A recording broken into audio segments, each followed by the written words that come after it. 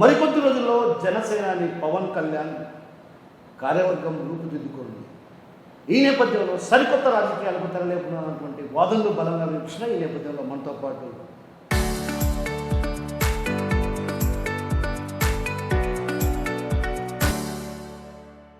రాజంపేట నియోజకవర్గంతో పాటు రాజంపేట పార్లమెంట్లో కూడా కీలకంగా వ్యవహరిస్తున్నటువంటి ఎలటూరు శ్రీనివాసరాజు గారిని ఆయన తెలిసిపోయారు. అన్న నమస్కారం. నమస్కారం. 12 ఏళ్ల పాటు ఎన్నో ఒడిదుడుకులు చూశా, ఎన్నో ఆటుపోట్లు చూశా. ఇప్పుడు నేను ఏదైతే తీసుకుంటున్న నిర్ణయం, ఆ నిర్ణయానికి కలిసికట్టుగా పనిచేయాలంటూ కూడా ఆయన చేస్తున్నటువంటి వ్యాఖ్యలను ఎలా చూడాలి? అదేవిధంగా ఈ 12 ఏళ్ల పాటు ఆయన గ్రహించింది అంటే మీకు తెలిసి ఆయన ఏది గ్రహించాడు? కార్యవర్గం రూపుదిద్దుకోబోతున్నటువంటి నేపథ్యం, సరికొత్త రాజకీయాలకు తెరలేకపోతున్నారన్నటువంటి వాదనలు కూడా బలంగా అనిపిస్తుంది. ఎలా ఉండబోతున్నాయి రాజకీయాలు?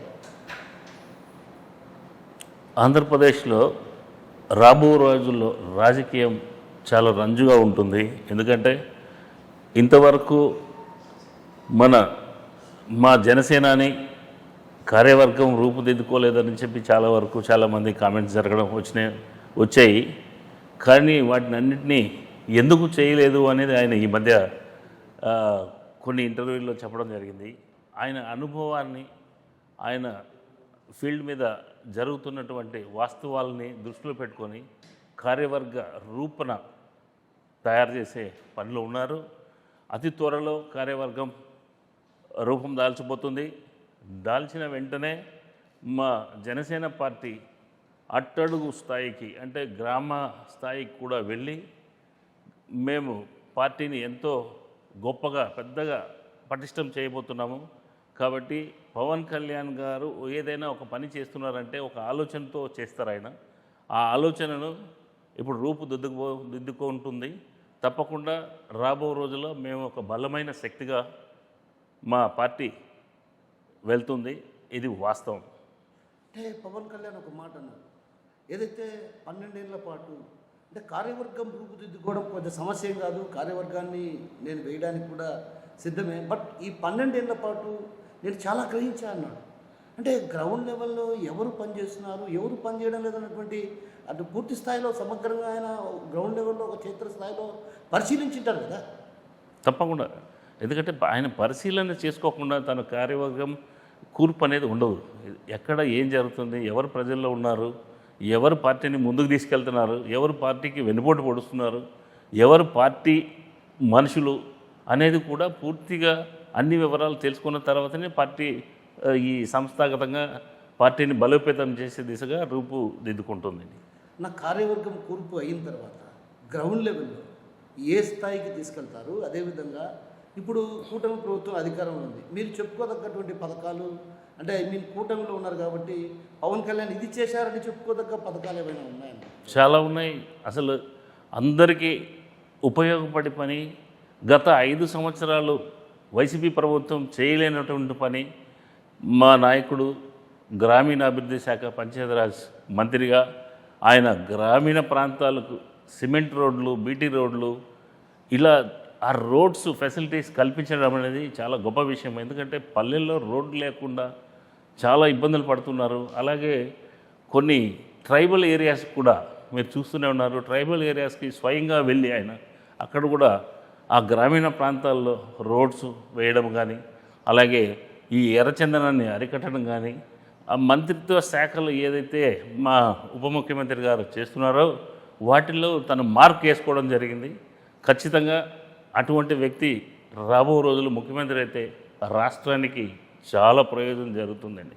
అంటే పంచాయతీరాజ్ శాఖకు కూడా ఇటీవల జాతీయ స్థాయిలో కూడా అవార్డు దక్కింది. అంటే గతంలో మీరు అన్నట్టు గతంలో ఏదైతే వైసీపీ హయాంలో సర్పంచ్ నిధులను కూడా ప్రభుత్వానికి వాడుకున్నటువంటి సందర్భాలు, కానీ పవన్ కళ్యాణ్ వచ్చాక అది ఎలా సాధ్యం? అంటే ఒకవైపు బడ్జెట్ లోపాలు ఉన్నాయి, అది ఎలా సాధ్యం? అంటే పవన్ కళ్యాణ్కి ఎలా సాధ్యమైంది నేరుగా వాళ్ళకు సర్పంచులకు నిధులు ఇవ్వటం? గ్రామీణ ఎక్కడో ఉన్నటువంటి మారుమూల ప్రాంతమైనటువంటి గిరిజన ప్రాంతం, ఆ ప్రాంతంలోకి ఆయనే కాలినడకన వెళ్ళడం. సో ఎలా ఫీలింగ్ ఎట్లా అనిపిస్తుంది? ఇప్పుడు గత ప్రభుత్వం చేసిన తప్పులన్నింటినీ కూడా అంటే వాళ్ళు పంచాయతీరాజ్ వ్యవస్థ ద్వారా మన సర్పంచులకు నిధులు కేటాయించడం జరిగేది. కానీ గత ప్రభుత్వం 5 ఏళ్లలో ఎటువంటి నిధులు కేటాయించలేదు. అలాగే అక్కడ ఏదైనా వచ్చిన ఆ ట్యాక్సెస్ కానీ రూపంలో వచ్చిన నిధులన్నిటిని కూడా ప్రభుత్వమే దాన్ని పూల్ చేసుకోవడం, అదర్ ఫండ్స్కి వాడుకోవడం జరిగింది. కానీ పవన్ కళ్యాణ్ గారు పంచాయతీరాజ్ శాఖ మంత్రి అయిన తర్వాత ఆయన నేరుగా గ్రామ సభలు పెట్టడము, అన్నీ కూడా రాష్ట్రం అంతా ఒకే రోజు గ్రామ సభ పెట్టడం అనేది అసలు చరిత్రలో నిలిచిపోయేది. అలాగే ప్రతి పంచాయతీకి కూడా నిధులను కేటాయించడము, ఆ నిధులను ఆ యొక్క పర్టికులర్గా ఆ పంచాయతీకే వాడాలా, పలాని దానికి మాత్రమే వాడాలా అని చెప్పడం అనేది చాలా గొప్ప విషయము. కాబట్టి ఆయనకు ఒక మంచి అధికారుల సపోర్టు, ఆయన యొక్క ముందు చూపు, పబ్లిక్లో ప్రజలకు ఏదో చేయాలనే ఒక ముందు చూపుతో, ఒక తపనతో పంచాయతీరాజ్ శాఖని తీసుకోవడం జరిగింది. ఆ శాఖని నిజంగా గొప్ప విషయం ఏంటంటే భారతదేశంలోనే ఆ శాఖకి వన్నె తెచ్చారు. అందుకే ఎన్నో జాతీయ అవార్డులు కూడా రావడం దక్కింది. అలా సోషల్ మీడియాలో కొందరు పని కట్టుకొని వ్యాఖ్యలు చేస్తున్నారు. ఏది power star Pawan Kalyan package star అంటున్నారు. అంటే ఇలాంటి వ్యాఖ్యలు ఎలా చూడాలి మనం? ప్యాకేజ్ స్టార్ అని కూసిన వెధవాకి వాడు తీసుకునేది చూశాడా, ఇచ్చినోడెవడు, వీడు చూసినోడెవడు, పుచ్చుకున్నోడెవడు తెలియకుండా వెధవలు ఏదో మాట్లాడుతుంటారు. ఆ వెధవల గురించి మనం ఎంత తక్కువ మాట్లాడితే అంత బెటర్. సోషల్ మీడియాలో పదే పదే పవన్ కళ్యాణ్ని టార్గెట్ చేసుకొని వ్యాఖ్యలు చేయడం కానీ విమర్శలు చేయడం కానీ, అంటే ఒకవైపు ఏమో పవన్ కళ్యాణ్ ఎప్పుడు కూడా తను చేసినటువంటి వ్యాఖ్యలపైన ఎక్కడ స్పందించడం లేదు. మనం గమనిస్తే ప్రధానంగా ఏదో ఆయన ఎప్పుడన్నా సభలు పెట్టినప్పుడు మాత్రమే మొత్తం జరిగినటువంటి పరిణామాలపైన చెప్తూ ఉంటారు. కానీ పదే పదే పని కట్టుకొని పవన్ కళ్యాణ్ విమర్శలు చేయడం, పవన్ కళ్యాణ్ టార్గెట్ చేసుకోవడం ఎందుకు అంటాను? అదే ఎదిగే నాయకుడు, కాబోయే భావితరానికి కాబోయే గొప్ప నాయకుడు అయినా కాబట్టి ఏదైనా సరే కాశీ చెట్టుకే కదా రాళ్ళు పడతాయి. ఈయన కాబోయే మేము అనుకోవడం ఏంటంటే ఈయన దేశ స్థాయిలో కూడా రాజకీయాలు నడపాలని మా జనసేన పార్టీ కోరుకుంటుంది. అలాగే ఆంధ్రప్రదేశ్లో ఎటువంటి వ్యక్తికి ముందు ముఖ్యమంత్రిగా వస్తే ఆంధ్రప్రదేశ్ చాలా బాగుపడుతుంది. కాబట్టి ఇటువంటి వ్యక్తికి అవకాశం ఇస్తే ఏమవుతుందో మేమంతా కనుమరుగైపోతాము అనే ఉద్దేశంతో కొంతమంది కొన్ని వెధవలు కొన్ని పని కట్టుకొని ఆయన మీద ఏదో సోషల్ మీడియాలో వాగడం జరుగుతుంది. వాటిని అన్నింటినీ పట్టించుకోవాల్సిన పని లేదు. మన పని మనం చేసుకుంటూ పోతే ఆటోమేటిక్గా మనకు రావాల్సింది మన దగ్గరికే వస్తుంది అనే కాన్సెప్ట్లో మా నాయకుడు ముందుకెళ్తున్నాడు. ఉద్యమీ సభ్యత్వం ద్వారా నాయకత్వ లక్షణాలను తీసుకురావాలనేది పవన్ కళ్యాణ్ లక్ష్యంగా పెట్టుకుంది. సో భవిష్యత్తులో ఎలా ఉండబోతుంది? అంటే ఆయన కాన్సెప్ట్ చాలా గొప్పది. ఉద్యమి అనేది ఒక మెంబర్షిప్. అటువంటి ఉద్యమాల్ని తయారు చేసేది సాధకులు. ఈ సాధక్ అనే వ్యక్తి ఒక్కొక్క పంచాయతీలో ఒకటి ఉండొచ్చు, ఇద్దరు ఉండొచ్చు, ముగ్గురు ఉండొచ్చు.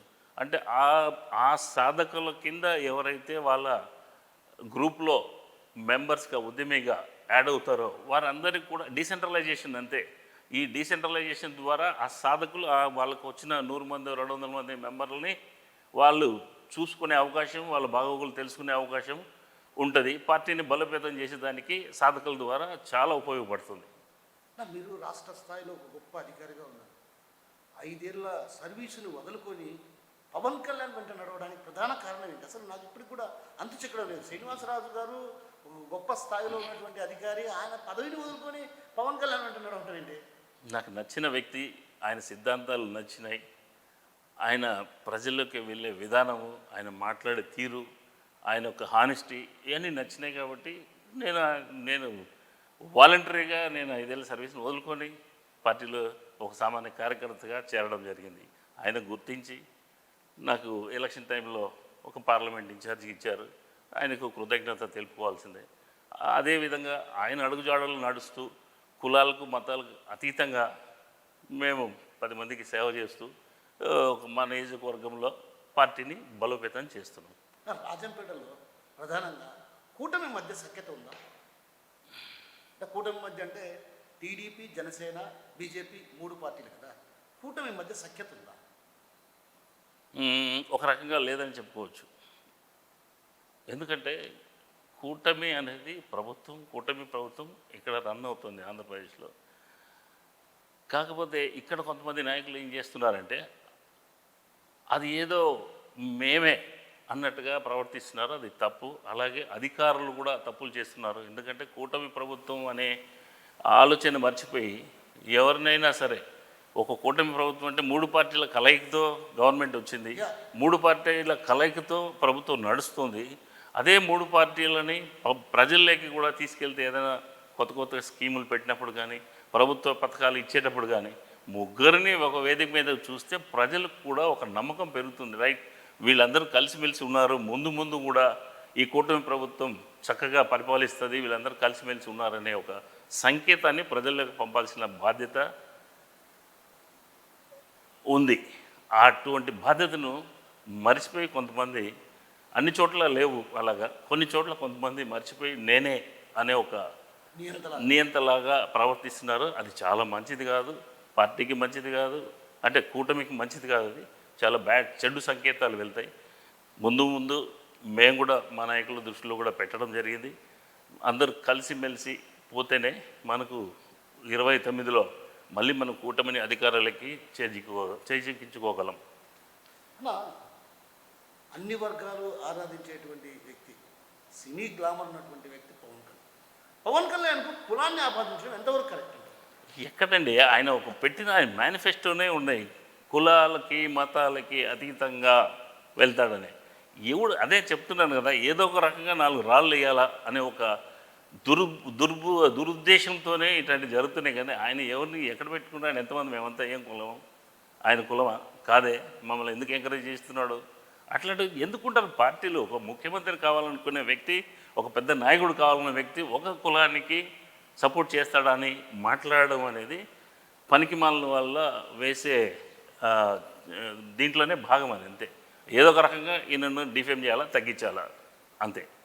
నేనేమంటానంటే ఆయన పొద్దు కూడా కుల ప్రస్తావన ఎక్కడ తాలేదు, నేను కులాలను కలిపేటువంటి ప్రయత్నం చేయబోతానన్నటువంటి వాదన ఆయన వినిపించారు. కానీ బలిజ కులం అంటే ఆయన పుట్టడం, బలిజ కులంలో పుట్టడమే ఒక రకంగా ఆయన చేసుకున్న నేరము, మరి ఏదో కారణాలు తెలియదు. కానీ అదే బలిజ సామాజిక వర్గానికి సంబంధించినటువంటి నేతలు ఆయన విమర్శిస్తారు. అదేనండి, వీళ్ళు ఎవడో పనికి వాళ్ళ దగ్గర ఏదో ప్యాకేజ్ తీసుకొని ఆయన విమర్శిస్తాడు. వాడు విమర్శించాలని కాదు, వాడు చెప్పాలంటే అయ్యా ఇటువంటి సలహాలు ఇంకా కొద్దిగా మనం ముందుకు పోయేదానికి ఈ పని చేయండి, ఈ పని చేయండి, ఈ పని చేయండి అని చెప్తాడు. కానీ ఎవడో విమర్శించినోడు ఎప్పుడు కూడా వాడు తెలివి తక్కువ వాడని నా దృష్టిలో. ఏదైనా ఉంటే మన ఇంట్లో కుటుంబంలో పిల్లలు చెడిపోతాను మనం ఏం చేస్తాం? వాడిని విమర్శిస్తావా, వాడిని సరైన దారిలో పెడతావా? అంటే అదే కులం కూడా, కులం కానీ ఇంకొకరు కానీ ఏదైనా సరే ఆ కులంలో కూడా కొంతమంది పెద్దలు అయ్యా ఇట్లా జరుగుతుంది, ఇటువంటి చేస్తే మనకు బెటర్, ఇంకా ముందుకు పోయేదానికి అవకాశం ఉంటుందని సలహాలు ఇస్తారు. కానీ విమర్శించడం అనేది చేతకాని పని అండి. అన్న ఇంకో చిన్న విషయం, సీనియర్ అనాలిసిస్ట్ నాగేశ్వరరావు గారు ఇటీవల చేసినటువంటి వ్యాఖ్యలను ఎలా చూడాలి? అసలు ఆయన చేసినటువంటి వ్యాఖ్యలపైన కూడా సర్వత్రా చర్చ కొనసాగుతుంది. సో దీన్ని అసలు నాగేశ్వరరావు గారు అంత పరిజ్ఞానం కలిగినటువంటి వ్యక్తి, దేశ రాజకీయాలను కూడా అంతర్జాతీయ స్థాయిలో కూడా రాజకీయాలను కూడా విశ్లేషించేటువంటి ఆ నాయకుడు పవన్ కళ్యాణ్ పైన ఒక వ్యాఖ్య చేయడానికి ఎలా చూడాలి?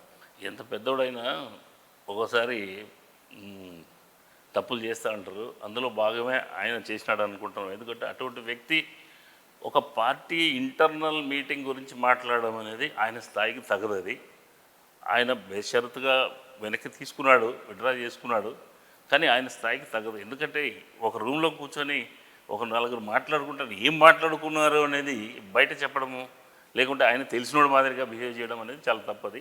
దాన్ని మేమైతే ఖండించాము. ఇప్పుడు ఆయన కూడా దాన్ని నేను ఉపసంహరించుకుంటున్నానని చెప్పాడు. ఇంతటితో ఆ సబ్జెక్టు క్లోజ్ అయినట్టే నేను అనుకుంటున్నాను. నిన్న కూడా ప్రజా సంఘాలు తర్వాత కాంగ్రెస్ పార్టీ నేతలంతా కూడా భేటీ అయినారు, తాడోపేడో తేల్చుకుంటామంట.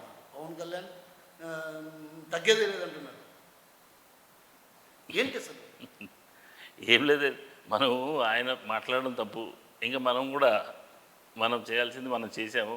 ఇంతటితో దాన్ని వదిలేస్తే మనకి చేయాల్సిన పని చాలా ఉంది. ముందు ఆ పనుల్లో ముందుకు వెళ్ళిపోదాం, మన పార్టీని బలోపేతం చేసుకునే దాంట్లో ముందుకు వెళ్ళిపోదాం.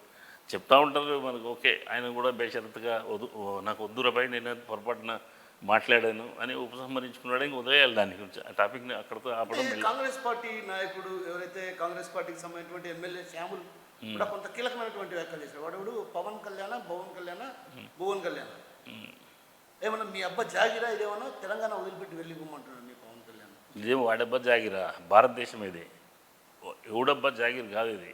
భారతదేశంలో ప్రతి ఒక్కరు స్వేచ్ఛగా ఎక్కడైనా తిరగచ్చు, ఎక్కడైనా బతకచ్చు. అది వాడేవాడు చెప్పేదానికి.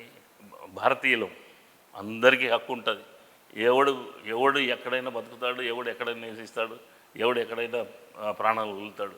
ఇంకొకడు సూచనతోనో ఇంకొకడు ఏదో చెప్తేనే బతకదు. ఇదేమైనా సామంత రాజ్యం, ఆయనే రాజ్యం కాదు ఇది. భారతదేశం, దీనికి ఒక ప్రధానమంత్రి, ఒక రాష్ట్రపతి ఉంటారు. ఈ అందరూ కలిసి భారతీయులందరూ, నా 140 కోట్ల మంది భారతీయులందరూ కూడా ఎవరు స్వేచ్ఛగా ఎక్కడైనా జీవించవచ్చు. అది ఎవడో చెప్పి ఎవడో వాడనాయన జాగిరేం కాదు కదా. అది ఏమన్నా వాళ్ళ ఆయన ఏమన్నా జాగిరి ఇచ్చాడు హైదరాబాద్ని, అయ్యా నువ్వే వెళ్ళుకోని లేదు కదా. తప్పు అట్లాంటి మాట్లాడితే ప్రాంతాల మధ్య వైషమ్యాలు పెరుగుతాయి. అది అట్లాంటివి వాడు ఉపసంహరించుకోవడం అతను చాలా ఉత్తమం. నా రాష్ట్రంలో కార్యవర్గ కూర్పు తర్వాత మీరు స్థానికంగా కావచ్చు, ఇతరత్ర ప్రాంతాలు, ఒకవేళ రాష్ట్ర స్థాయిలో మీ సేవలు అనుకుంటే రాష్ట్ర స్థాయిలో పదవి ఇవ్వచ్చు, లేదంటే జిల్లా స్థాయిలో అవసరం అనుకుంటే జిల్లా స్థాయిలో పదవి ఇచ్చినా కూడా మీరు ఏ విధంగా పార్టీని బలోపేతం చేసే దిశగా అడుగులు అయిపోతారు? మా నాయకుడు నాకు ఎటువంటి బాధ్యత చెప్పకపోయినా ఒక కార్యకర్తగా అయినా నా పార్టీని బలోపేతం చేసుకునే దిశగా నేను ఆల్రెడీ నడుం కట్టాను. 3 ఏళ్ళ నుంచి నేను వచ్చి పార్టీలోకి 3.5 సంవత్సరం అయింది. ఈ 3.5 సంవత్సరం నుంచి కూడా పార్టీ బలోపేతం మీద దృష్టి పెట్టాను. ప్రజల యొక్క సమస్యల మీద దృష్టి పెట్టాం. అలాగే పార్టీని ఊర్లోని నేను జనసేన పార్టీలో చేర్చుకుంటూ ఎప్పుడు ప్రజల మధ్యనే తిరుగుతున్నాం. ఎవరికి ఎటువంటి ఇబ్బంది జరిగినా కూడా మేము ఆ హక్కును చేర్చుకొని వాళ్ళ సమస్యలు తీర్చుకుంటూ పార్టీని బలోపేతం చేస్తున్నాం. అలాగే పార్టీలో ఏదైనా మంచి బాధ్యత ఇచ్చారు, తప్పకుండా నాకు ఇచ్చిన బాధ్యతను నా అధ్యక్షుడి ఆశయానుసారం నేను తప్పకుండా పనిచేసి పార్టీని కడప జిల్లాలో పార్టీని గొప్పగా బలోపేతం చేస్తా. ఇది మా నాయకుడికి నేనిచ్చే ఒక కృతజ్ఞత. నా అన్నమయ్య ప్రాజెక్టు బాధ్యతలకు ఇప్పటికీ కూడా న్యాయం జరగడం లేదనేది కొంత భాగం. సో ఎలాంటి ప్రయత్నం చేయబోతున్నారు? అసలు పవన్ కళ్యాణ్ దృష్టికి మళ్ళీ ఏమైనా ఈ సమస్యను తీసుకెళ్ళి ఆ ప్రాంతంలో ఉన్నటువంటి ప్రాజెక్టు కారణంగా పూర్తిగా కోల్పోయినటువంటి వాళ్ళకు ఎలాంటి సహాయం అందించబోతున్నారు? రాబోయే రోజుల్లో ఎలాంటి స్టెప్ తీసుకోబోతున్నారు? అన్నమయ్య బాధితులకు గత ప్రభుత్వంలో అన్నమయ్య డ్యామ్ కొట్టుకుపోయి కొంతమంది ఇసుకాసురులు దాన్ని కొట్టుకుపోయేటకు చేసినారు. సరే, జరిగిపోయింది. ఎంతోమంది చనిపోయారు, ఎన్నో జంతువులు చనిపోయాయి. ఆ తర్వాత గత ప్రభుత్వం ఏది ఇళ్ళను కేటాయించింది, కానీ వాళ్ళకి డబ్బులు ఇవ్వలేదు. సరే, ఈ మా ప్రభుత్వం వచ్చిన తర్వాత, కూటమి ప్రభుత్వం వచ్చిన తర్వాత వాళ్ళకి కావాల్సిన ఇంటికి కావాల్సిన డబ్బులన్నీ ఇవ్వడం జరిగింది. అలాగే అందులో కొంత ఇసుక మేట వేయడం జరిగింది. ఆ ఇసుక మేటలను కూడా ఒక్కొక్కటి వాళ్ళకి ఆ భూములు ఎవరైతే ఉన్నారో వాళ్ళకే పర్మిషన్ ఇస్తున్నారు. జిల్లా యంత్రాంగం ఇచ్చి వాళ్ళని క్లీన్ చేసుకోమని చెప్తున్నారు. ఆ ఇసుకను వారికే మీకే అలాట్ చేసి మీరే అమ్ముకోండి అని చెప్పి కూడా కొంత జరుగుతున్నాయి. కాబట్టి ఆ ఇసుక మేటను తీసేస్తే వాళ్ళు కూడా పంటలు పండించుకోవడానికి అనుకూలంగా ఉంటుంది. నా ఉద్యానవన పంటలకు ప్రసిద్ధి రాజంపేట రైల్వే కోడూరు ప్రాంతాలు. సో ఇక్కడ ప్రాసెసింగ్ యూనిట్లు పెట్టాలనేది గతంలో కూడా పవన్ కళ్యాణ్ చెప్పినటువంటి సందర్భం. సో ఆ దిశగా మీరు ఏమైనా ప్రయత్నాలు చేయబోతారా భవిష్యత్తు? తప్పకుండా. ఎందుకంటే ఈ మన రాజంపేట కోడూరు ప్రాంతము మనకి నీరు సమృద్ధిగా దొరుకుతుంది. అలాగే ఉద్యానవన పంటలు బాగా పండుతాయి. ఇక్కడి నుంచి ఎక్కడెక్కడికో ఎక్స్పోర్ట్ అవుతున్నాయి. కాబట్టి తప్పకుండా మా నాయకుడి దృష్టికి తీసుకెళ్దాం. ఆల్రెడీ తీసుకెళ్ళాం కూడా. ఆయన ద్వారా ఇక్కడ మంచి ఫుడ్ ఇండస్ట్రీకి సంబంధించినవి మేము అక్కడ కొన్ని ఏర్పాటు చేయాలనుకుంటున్నాం. అలాగే కోల్డ్ స్టోరేజ్లు ఇలాంటివి కూడా మా నాయకుడి దృష్టికి తీసుకెళ్ళడం జరిగింది. ఎంతోమందికి ఉపాధి కూడా జరుగుతుంది ఇలా ఈ ఇండస్ట్రీలు పెట్టడం వల్ల. కాబట్టి తప్పకుండా దానికి సంబంధించిన ఇండస్ట్రీ కూడా ఇక్కడ ఈ 2 ప్రాంతాల్లో ఎస్టాబ్లిష్ చేసేదానికి మా వంతు మేము ప్రయత్నం చేస్తాం. ఆగస్టులో కూర్పు జరగబోతుంది. ఎలా ఉండబోతుంది? ఆగస్టు తర్వాత పరిణామాలు ఎలా ఉండబోతుంది?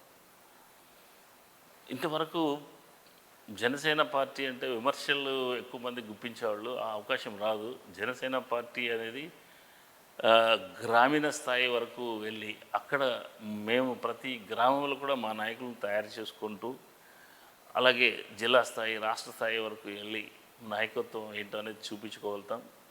జనసేన అంటే ప్రజలకి అందుబాటులో ఉండేట్టుగా చూస్తాం. అలాగే ప్రతి గ్రామంలో ప్రతి కుటుంబంలో కనీసం ఒకరినైనా సరే జనసైనికుడిగా తయారు చేసుకోవాలనే ఉద్దేశంతో మా నాయకుడు ఆగస్టు 14వ తేదీ లోపల ఈ కూర్పు అంతా ఉంటుంది సంస్థాగతంగా. సో తప్పకుండా ఆ తర్వాత మా మీద మా కార్యకర్తల మీద ఆ భారాన్ని మోపబోతున్నారు. మేము తప్పకుండా ఆయన ఆశయాలకు అనుగుణంగా పార్టీని గ్రామీణ స్థాయి వరకు తీసుకెళ్తాం. అన్న ఎలా సాధ్యమైంది? ఉద్యమి 400 రూపాయలు అనుకుంటా సభ్యత్వ నమోదు. అంటే రాష్ట్రంలో కానీ దేశంలో కానీ ఏ పార్టీ అంత పెద్ద మొత్తంలో సభ్యత్వ నమోదు ఉన్నటువంటి రుసుము ఉన్నటువంటి లేదు ఎక్కడ. ఎలా సాధ్యమైంది ఇన్ని లక్షల మంది? అంటే మనకు మెంబర్షిప్స్ ఉద్యమి మెంబర్షిప్స్ చేసుకోవడం అనేది వాలంటరీగా ఎవరికి వారే చేసుకోవడం జరుగుతుంది. వాళ్ళు ఎందుకు అంటే పార్టీ మీద నమ్మకంతో పార్టీ నచ్చి మా నాయకుడి ఆశయాల కోసం అందులో మెంబర్లుగా జాయిన్ అవుతున్నారు. వాళ్ళు డబ్బు ఎంత అనేది చూడరు. వాళ్ళకి ఏదైనా మధ్యలో ఏదైనా సపోజ్ వాళ్ళు ఏదైనా ట్రావెల్లో ఏదైనా జరిగినా యాక్సిడెంట్ అయినా పర్మనెంట్ డిజేబిలిటీ ఉన్నా చనిపోయినా కూడా ఒక 5 లక్షల రూపాయలు మెంబర్షిప్ ఇన్సూరెన్స్ది కవరేజ్ చేస్తున్నారు. అలాగే వాళ్ళకి ఏదైనా సరే మాకు పార్టీ నుంచి తోడ్పాటు ఉంటుంది. వాళ్ళకి 400 అయినా పోయిన సంవత్సరం 500 చేశాం. అక్కడ ఇక్కడ ఏమి దాని మీద అమౌంట్ మీద ఎక్కడ మాకు కామెంట్స్ రాలేదు ఇంతవరకు రాలేదు. ఓన్లీ మేము ఇంకా బరువు అవుతుందనే ఉద్దేశంతో పార్టీ నిర్ణయం 400 రూపాయలకి తగ్గించడం జరిగింది. అందరూ కూడా హ్యాపీగా మెంబర్షిప్ చేసుకున్నారు. హ్యాపీగా ఎవరి పని వాళ్ళు చేసుకుంటున్నారు. లక్షల్లో అవును, పెద్దగా మేమే ఊహించలేదు. ఎందుకంటే గతంలో అంటే కొద్దిగా సంఖ్య తక్కువైనా కూడా ఇప్పుడు భారీ స్థాయిలో ఇంకా పెరగబోతుందండి. సంస్థాగతంగా మేము గ్రామీణ స్థాయి వరకు వెళ్ళిన తర్వాత మీరు రాబో రోజుల్లో ఇంకా ఈ ఉద్యమే మెంబర్షిప్స్ ఇంకా చాలా పెరుగుతాయి. పార్టీ చాలా గట్టిగా బలోపేతం దిశగా అడుగులు వేస్తున్నాం. గట్టిగా అవుతుంది, ఇంకా సంఖ్య పెరుగుతుంది. పోను మీరే చూడండి. అన్న ఒక రాష్ట్ర స్థాయి అధికారిగా ఎంతోమంది రాజకీయవేత్తలను చూసింటారు. కానీ పవన్ కళ్యాణ్ అనే వ్యక్తిలో ఏం ఇది చెప్పండి. ఆయన మనిషి నిక్కచ్చిగా ఉంటాడు, హానెస్ట్గా ఉంటాడు, ఉన్నది ఉన్నట్టు మాట్లాడతాడు, మనసులో ఏం పెట్టుకోడు, ఎవరు వెళ్ళి ఏదో ఒకరి మీద చెడు వినడు. ఇలాంటివి చాలా ఉన్నాయి. ఆయన అందరినీ నలుగురిని కలుపుపోయే గుణం ఉంది. చాలా మంచి లక్షణాలు ఉన్నాయి. ఒక నాయకుడికి అటువంటి లక్షణాలు ఉండవు. ఎక్కడో చోట ఎక్కడో ఒక పొరపాట్లు ఉంటాయి. మా నాయకుడి దగ్గర అలాంటి మేము ఎంతవరకు చూడలే. నేను వచ్చినప్పటి నుంచి కూడా చూస్తున్నాను. అటువంటి ఏం లేదు ఆయన దగ్గర. ఫెయిర్ అంతే. ఆయన ఫెయిర్గా ఉన్నాడు. మేము అలాగే ఉన్నాము, అలాగే ముందుకు పోతున్నాం. కొంతమంది కొన్ని వ్యాఖ్యలు చేస్తూ ఉంటారు. ఇతను పికిల్ మైండ్, ఒక మైండ్ ఒక సూరు మీద ఒక సూరు ఉన్నది అనే భావన అర్థం చేస్తుంటారు. కానీ మీరు తరచుగా చూస్తూ ఉంటారు కాబట్టి నేను అందుకు అడగలేదు. ఏం పికిల్ మైండ్ ఎందుకు ఉంటుంది అంటే ఆయన మాట్లాడేది ఒక్కొక్క సబ్జెక్ట్ మీద ఒక్కొక్క దాని మీద ఒక టాపిక్ మీద మాట్లాడతాడు. మాట్లాడుతూనే పికిల్ మైండ్ ఎందుకు ఉంటుంది? ఒక సబ్జెక్టు దాన్ని ఏమంటారు పంచాయతీరాజ్ మీద ఉంటుంది, ఇంకో సబ్జెక్ట్ ఏమో అటవీ ప్రాంతం మీద ఉంటుంది, ఇంకోటి ఏమో పొల్యూషన్ మీద ఉంటుంది. అరే అది మాట్లాడినంత మాత్రం ఫికల్ అని ఎట్లా అంటాడు? సబ్జెక్ట్ సపరేట్ అయినప్పుడు నీకు ఫికల్ అనే ఆట తప్పు. అది వాడు మాట్లాడినాడు వాడికి ఫికల్ ఉంటుంది. అన్న మన ఏరియాలో ఎర్రచందనం భారీ స్థాయిలో ఉంది. సో అటవీ శాఖ కూడా పవన్ కళ్యాణ్ పరిధిలోనే ఉంది. సో ఈ నేపథ్యంలో భారీ స్థాయిలో ఆదాయాన్ని తెచ్చిపెట్టేటువంటిది ఏదైనా ఉందంటే అది ఎర్రచందనం. ఇంకోటి మరికొద్ది రోజుల్లో మంగంపేట బెరడీసులో కూడా గనుల త్రవ్వకాలు కూడా ఆగిపోతాయన్నటువంటి విషయం ఉంది. ఈ నేపథ్యంలో ఉపాధి ఉద్యోగ అవకాశాలు లేక గల్ఫ్ దేశాల బారిన పడుతున్నటువంటి పరిస్థితి. అక్కడ గల్ఫ్ దేశాల్లో కూడా తీవ్రమైనటువంటి ఇబ్బందులు పడుతున్నారు. వాళ్ళకి ఏదైనా చేయూతనిచ్చే దిశగా ఏమన్నా పవన్ కళ్యాణ్తో మాట్లాడి పరిశ్రమల ఏర్పాటు దిశగా అడుగులు వేయబోతారా? తప్పకుండా. కొన్ని మా మేనిఫెస్టోలో కూడా కొన్ని పెట్టినాం. రాయలసీమలో ఒక మంచి ఇండస్ట్రీస్ రావాలని కోరుకుంటున్నాం. అలాగే తిరుపతిలో పెద్ద ఇండస్ట్రీస్ అన్నీ వస్తున్నాయి. అట్లాగే మన ఇక్కడ కడప జిల్లాలో కూడా వచ్చాయి. మీకు తెలుసు పెద్ద ఇండస్ట్రీస్ కొన్ని వేల కోట్లు కొప్పర్తి పారిశ్రామిక ఇట్లా వస్తున్నాయి.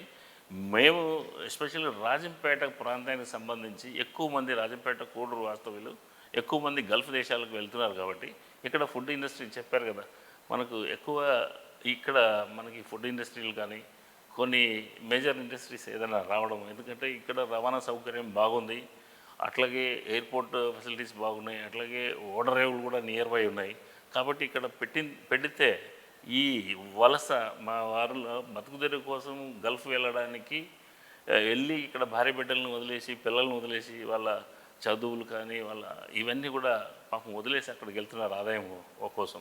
ఇలాంటి ఇండస్ట్రీలు పెట్టడానికి మేము మా వంతు గట్టిగా మా నాయకుల ద్వారా ప్రయత్నం చేసి ఖచ్చితంగా ఇక్కడ మంచి ఇండస్ట్రీస్ పెట్టి ఉపాధి కల్పించడానికి మా ప్రయత్నం మా జనసేన పార్టీని చేస్తాం. అన్న శెట్టిగుట్టలో ఎర్రచందనంతో తయారు చేసినటువంటి బొమ్మలు చాలా అరుదైనటువంటి బొమ్మలు. ఇదే చంద్రబాబు హయాంలో ఈ ఎర్రచందనం తయారు చేసినటువంటి బొమ్మలను అప్పటి అమెరికా అధ్యక్షుడు బిల్ క్లింటన్కు కూడా ఇచ్చారు, ఆయన కూడా పొగిడాడు. సో ఆ తర్వాత కొంత తెరమరుగైనటువంటి పరిస్థితి. సో మళ్ళీ మీరు ఏమైనా పవన్ కళ్యాణ్ దృష్టికి, అంటే అక్కడ ఉన్నటువంటి ఆ ప్రాంతం చెట్టుగుంట ప్రాంతంలో ఈ వృత్తిని నమ్ముకొని జీవిస్తున్నారు కాబట్టి దీని విషయం ఏమైనా మళ్ళీ పవన్ కళ్యాణ్ గారి దృష్టికి తీసుకెళ్తారు? తప్పకుండా. నేను డిఆర్డిఏలో పనిచేశాను. నేను పనిచేసిన టైంలోనే ఈ సెట్టిగుంట లక్ష్మీపురంలో ఈ బొమ్మలు తయారు చేసి ఒక డాక్రా గ్రూపుల ద్వారా తయారు చేసి వాళ్ళ యొక్క నైపుణ్యాన్ని వెలికితీసి వాళ్ళకి మేము గ్రామీణ అభివృద్ధి సంస్థ ద్వారా చాలా వరకు ఆ గ్రూపులకు ఫండింగ్ చేశాము. వాళ్ళలో ఉన్న నైపుణ్యాన్ని తీసి బిల్ క్లింటన్ వచ్చినప్పుడు చంద్రబాబు గారు వాళ్ళకి ఆయనకి కొన్ని బహుమతులు ఇవ్వడం జరిగింది. ఇలా ఆ గ్రూప్స్ లక్ష్మీపురం అనేది చాలా పాత గ్రూపులు ఉన్నాయి అక్కడ.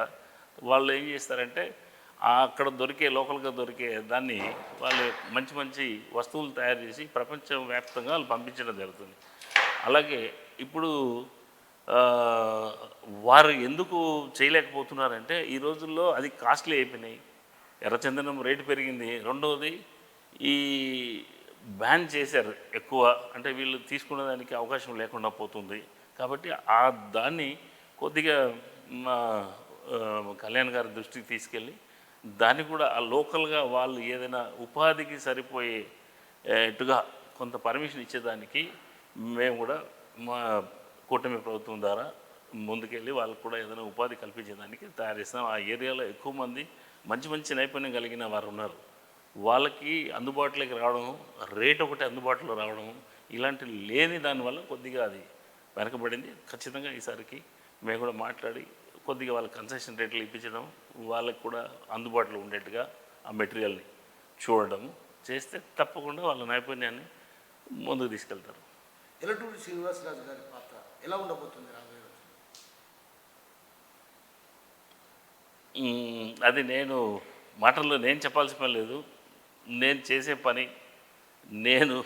చేసే పని మీద ప్రజలు నాకు చెప్పాల్సిన పని అది.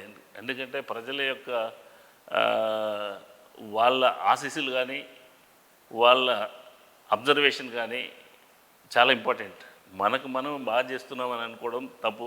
నేనేమంటానంటే మీరు డిఆర్డిఓలో పనిచేశారు, గ్రామీణ స్థాయిలో స్థితిగతులు ఆ ప్రజల యొక్క స్థితిగతులు ఎలా ఉంటాయో అక్కడి పోయి ఉంటుంది కదా, కాబట్టి అందుకు అడుగుతున్నా, మీరు ఇంకో రకంగా భావించాలి. అట్లే అద్భుతంగా ఉండబోతుంది. తప్పకుండా మా ప్రాంత ప్రజలకి, మా ప్రాంతం వారికి తప్పకుండా జనసేన అంటే ఒక బ్రాండ్ ఇమేజ్ తీసుకొచ్చి పెడతాం. సరికొత్త రాజకీయాలు చూడబోతాం. తప్పకుండా రాష్ట్రం అంతా కూడా సరికొత్త రాజకీయం చూడబోతారు. ఒక గొప్ప ఒరవడి రాబోతుంది. ముందు ఏదో జరుగుతుంది అని దీంట్లో ఉన్నాం అందరం కూడా. తప్పకుండా మా నాయకుడికి ఆయన ఆశయాలకి అనుగుణంగా మేము కూడా పనిచేస్తాం. జన సైనికులుగా ముందుకు తీసుకెళ్తాం. ఆయన మా సేనాని ఏం చెప్తే అది మేము చేసేదానికి సిద్ధంగా ఉన్నాం. Thank you so much. So మొత్తానికి రాష్ట్ర రాజకీయాల్లో అంటే ఒక రకంగా సరికొత్త రాజకీయాలు సృష్టించబోతున్నాం. ఏదైతే కార్యవర్గం కూర్పు తర్వాత నూతన ఒరవడికి జనసేన శ్రీకారం చుట్టబోతోంది. జనసేనని ఏం ఆదేశిస్తే దాన్ని తూచ తప్పకుండా పాటించడమే మా లక్ష్యం. గ్రామీణ స్థాయిలో పార్టీని బలోపేతం చేసే దిశగా అడుగులు వేయడమే కాదు, ఒక బలమైన శక్తిగా రాష్ట్ర రాజకీయాల్లో త్వరలో నిలబడబోతున్నాము. ఇది 100% నిజం అన్నటువంటి విషయాన్ని మనతో పాటున్నటువంటి రాజంపేట పార్లమెంట్ నియోజకవర్గ ఇన్ఛార్జ్ ఎలటూరి శ్రీనివాసరావు చెప్తున్నారు. కెమెరా పర్సన్ రావుతో కిషోర్, RTV కామెంట్స్.